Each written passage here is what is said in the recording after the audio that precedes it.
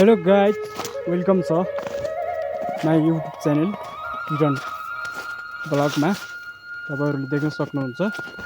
म चाहिँ गैराती परेको डोल्पाको मुटके चुला गाउँपालिका वडा नम्बर 3 स्थित पातेल्लामा अवस्थित पातेल्लामा रहेको छु।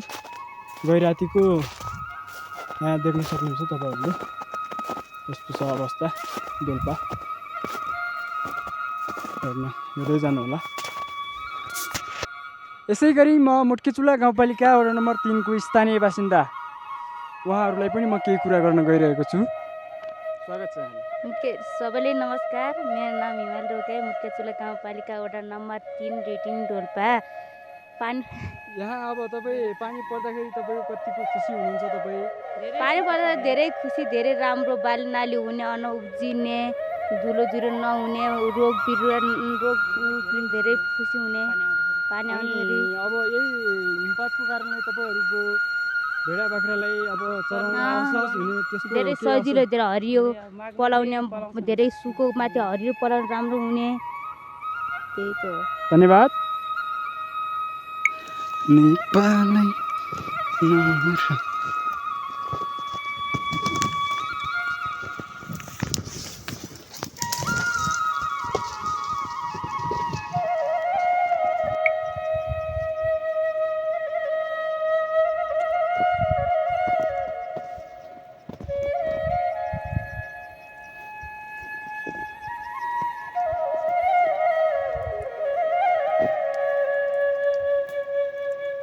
यसै गरी मुटकेचुला गाउँपालिकामा गैराती पर्न गएको बर्सातको कारणले यहाँ हिमपात भइरहेको थियो।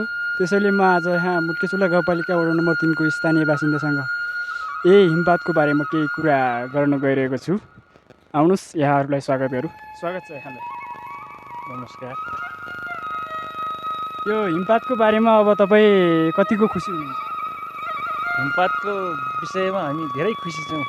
अब हिमपात नभइदिएको कारण बाइचान्स अब तपाईँहरूको के विनाश हुन्थ्यो, यो पनि अब तपाईँहरूले बताइदिनु सक्नुहुन्छ? हिमपात नभएपछि लक्ष्मीलाई चराउन अप्ठ्यारो हुने, बाली नाली सुकेर नष्ट हुने, रोग व्याधि बढ्ने, यस्तो समस्याहरू आइपर्छ। अब बाइचान्स तपाईँको हिमपात नभइदिएको कारण अब तपाईँहरूको बाली नाली नष्ट हुने होइन, अब तपाईँहरूको यो भेडा बाख्रा चराउन तपाईँहरूलाई हिमपात नआउँदाखेरि कतिको असहज भयो तपाईँहरूलाई?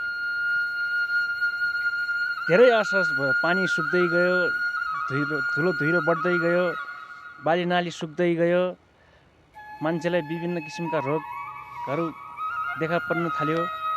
हिमपात भइसकेपछि तपाईँ एकदमै खुसी हुनुहुन्छ? खुसी, एकदमै खुसी। क्लिक गर्नु। गाइज, डोल्पा तपाईँहरूले देख्न सक्नुहुन्छ प्रत्यक्ष दृश्य यस्तो छ डोल्पामा होइन। अहिले चिसो चाहिँ लास्टै छ है गाइजहरू।